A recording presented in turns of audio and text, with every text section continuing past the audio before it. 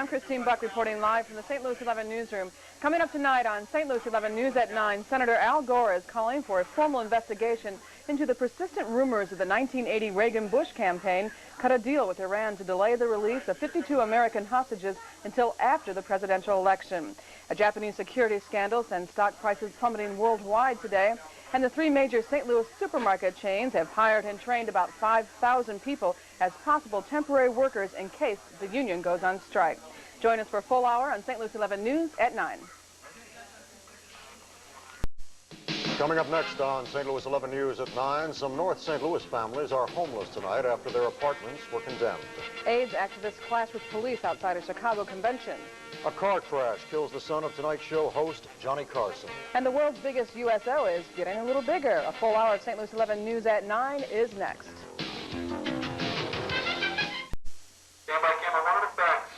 Live from KPLR Channel 11, St. Louis's only primetime newscast with Christine Buck, Steve Schiff, weather with Mark Faree, and Rich Gould's sports. This is St. Louis 11 News at 9. The city puts the locks on a North St. Louis housing complex.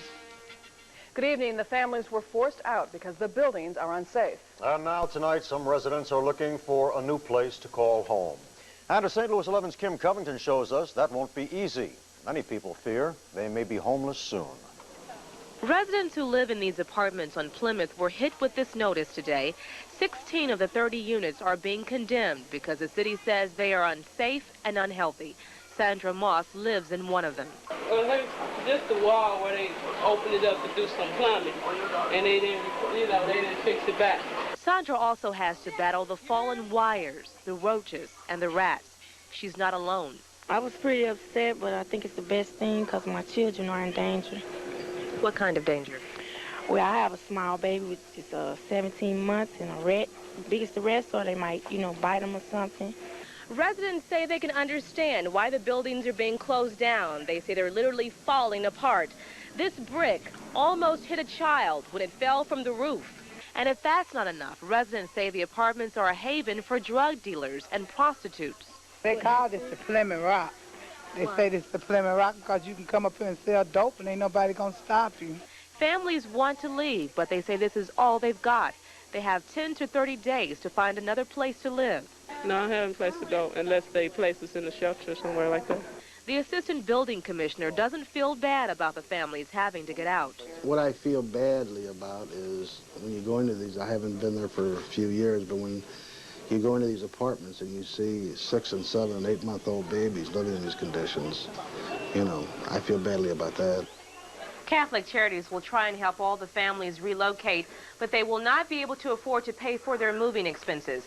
And officials say it's hard to believe, but those residents pay as much as $220 a month for those apartments. Steve? Kim, let me ask you this. Has there been any indication that the owner will fix up those apartments?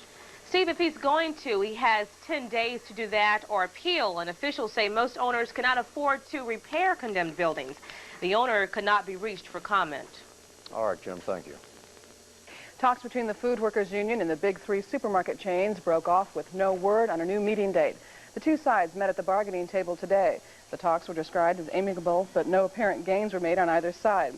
Last week, the union, which represents 12,000 employees, rejected a final contract offer. There's still no word about a possible strike, but Dearborg's National and Schnucks already have 5,000 replacement workers if the union does strike. Some downtown shop owners are crying foul tonight, saying they're paying the price for the Metro Link project. St. Louis 11's Heidi Deja tells us how some folks are faring 2 weeks after the construction began. It hasn't been easy. Lynn Scanlon usually has about 20 customers in her flower shop each day, but since the light rail construction project started, business has been a bust. For the last week, we've counted between 3 and 4 customers walking in.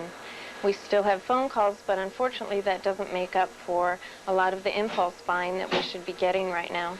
For others, the problem became even more serious. The Bourbon Street store was in business only 2 months when the MetroLink project began. Now, because business dropped so much, the store owners packed up shop and closed. The street closings and detours haven't scared away just the business owners. They've confused just about everyone. All you can do is trial by error. I go around one block and it's open, I go through it, now I go around another block. And if that's blocked, I just say, the hell with it, and I just go home. Bi-State says it's monitoring the situation. It plans to put up signs directing people to the shops, which are now hidden behind a fence. But some store owners don't want to wait. The Forum on Washington put up a huge banner letting people know it's open for business. I think it decreased a little today because people are a little weary to drive downtown. Lynn Scanlon says she's not sure if she'll be able to ride out the construction with so few customers. She's frustrated with Bi-State, saying it owes her more. I'm upset at the way that we've been dealt with, given no lack of notice. I feel like I've been forgotten. Now, the payoff to the project is expected to be great. The light rail construction line could bring more shoppers downtown. But for those already battling for business, 14 months of construction, well, that seems like an eternity. Chris? Thanks, Heidi. Tonight, an evacuation order has been lifted for 470 residents of Bell City, a southeast Missouri town. People were ordered out of town yesterday after at least 8,000 gallons of a hazardous chemical leaked from a derailed train. Authorities say 28 cars of a 125-car Union Pacific train derailed yesterday afternoon. At least one tanker car ruptured, spilling 8,000 gallons of a mildly hazardous sodium waste solution. The cause of that derailment is not known. White House Chief of Staff John Sununu says he'll remain White House Chief of Staff at least to the next election. The issue of Sununu's misuse of government and private planes and cars didn't come up this morning in a speech he delivered to business leaders in Virginia, but it did come up in the hallway outside the meeting room. I intend to get the president's agenda done and help get him reelected and finish up after this second term. Do you think about any change in your travel plans? I don't have any travel plans right now. Governor, how when they does it change affect them, you? you'll know. President Bush indicated yesterday and made clear today he continues to be in Sununu's corner. However, Newsweek magazine reports the president is outraged that his right-hand man continues to embarrass him politically. Tonight, a new report says too many children in this country are growing up poor and without access to decent health care and education. So the National Commission of Children wants the government to give each child a $1,000 tax credit. It would cost the government about $40 billion and would replace the existing personal tax exemption for dependent children. Families get to keep $1,000 more of what they earn each year for each child that they have. We believe families deserve more support in doing the important and valuable job of raising children. Second, we believe hard work should be rewarded. We strongly support the recent expansion of the Earned Income Tax Credit. The Commission is emphasizing the need for a moral climate for children, saying too many youngsters lack direction. In the next half hour, we'll outline additional Commission proposals. There are some new developments in the investigation into the explosion of an airliner over Scotland 2.5 years ago. St. Louis 11's Bill Reese has details, and he joins us live from our satellite news desk. Bill? Well, Chris, investigators have reportedly found new clues in the bombing of Pan Am Flight 103 over Lockerbie, Scotland. A report in today's Los Angeles Times says the detonator device that triggered the explosion is similar to one seized in Senegal in 1988. Both are believed to be the signature of Libyan agents. The report says this new information shifts the blame for the explosion on the Pan Am plane away from Syrian terrorists, whom investigators had originally believed were responsible. Mount Pinatubo in the Philippines is continuing to be a danger. Evacuations there continue from the vicinity of the volcano. The U.S. Embassy says it expects to have all dependents of U.S. military personnel off the island within several days. The volcano is still spraying its daily dose of debris over the region. Today it shot ash 6 miles into the air, choking nearby farmlands with black powder. Well, there are new developments in Korea. An apparent goodwill gesture was made today by North Korea. Republican Senator Bob Smith of New Hampshire headed the U.S. delegation that received the remains of 11 U.S. soldiers. The servicemen had been missing in action from the Korean War, which ended 38 years ago. Their remains and personnel belongings will be taken to a military lab in Hawaii for identification. The U.S. and North Korea also agreed in principle to form a committee to search for more than 9,000 U.S. troops still missing from the Korean War. In Cambodia, warring factions have announced a ceasefire in that country's 12-year-old civil war. The government And 3 resistance groups are meeting in Thailand for the beginning of peace talks. The Cambodian resistance leader says all factions involved are showing flexibility, but apparently they are still divided on who will lead the Council on Overseeing Peace. The 4 parties have also agreed to stop shipping arms into the country and to ban international military aid to any faction in the conflict.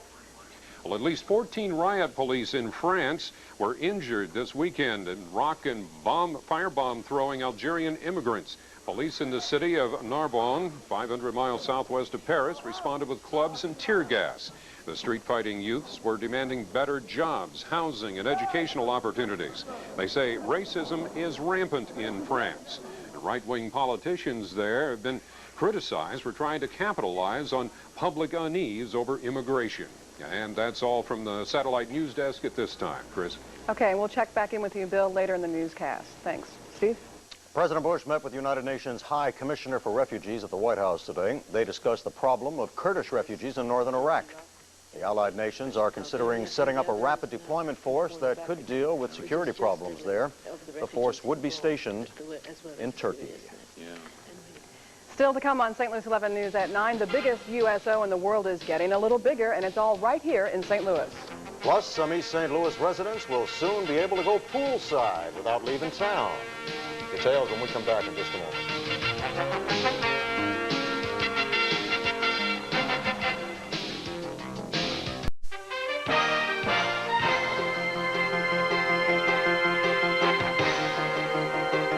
The situation is back to normal at this hour after a 2-alarm brush fire raged out of control earlier this evening near a Maryland Heights subdivision.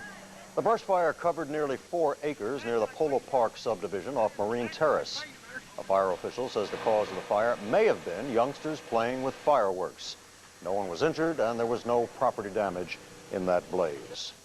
State Community College in East St. Louis may lose accreditation if it doesn't hire a new president and clarify its mission.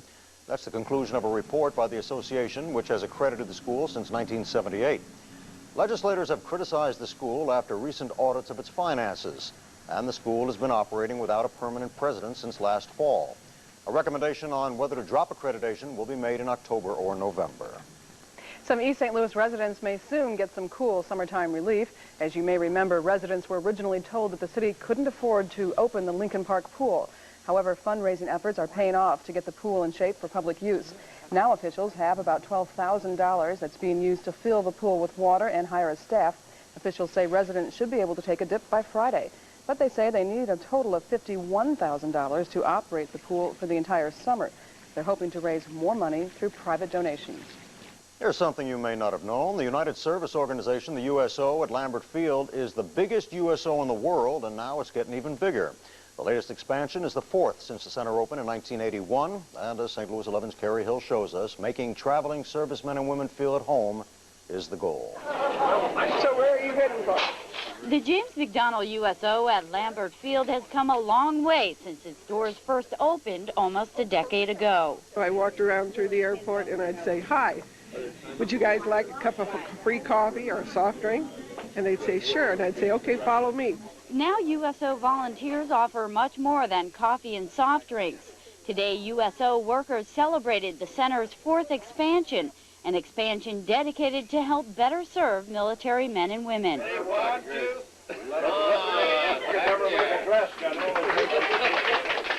500 square feet has been added to the largest USO center in the world. There's more lounge space, a larger, quieter resting area, and a playroom for the kids. Altogether, the project cost more than $50,000, paid for through donations. The USO decided to make more room here to accommodate the growing number of service personnel and their families. We're told more than 700 people pass through this home away from home every day. When they come through our city of St. Louis, we have the chance to show them St. Louis hospitality. I came from Minot Air Force Base, North Dakota, and I'll be here until about 9 o'clock tonight, heading for Kunsan Air Base, Korea. We talk to the kids and cheer them up a little bit because we've had some that are really sad. And we've talked to them, and I think they go away feeling a little bit better. Carrie Hill, St. Louis 11 News, Lambert Field. And that center will celebrate 10 years of service this September. The host of The Tonight Show is mourning the death of his son tonight. The 39-year-old man was killed on a California highway. We'll have that story. Plus, on a happier note, Roseanne takes another walk down the aisle. We'll be back in just a moment.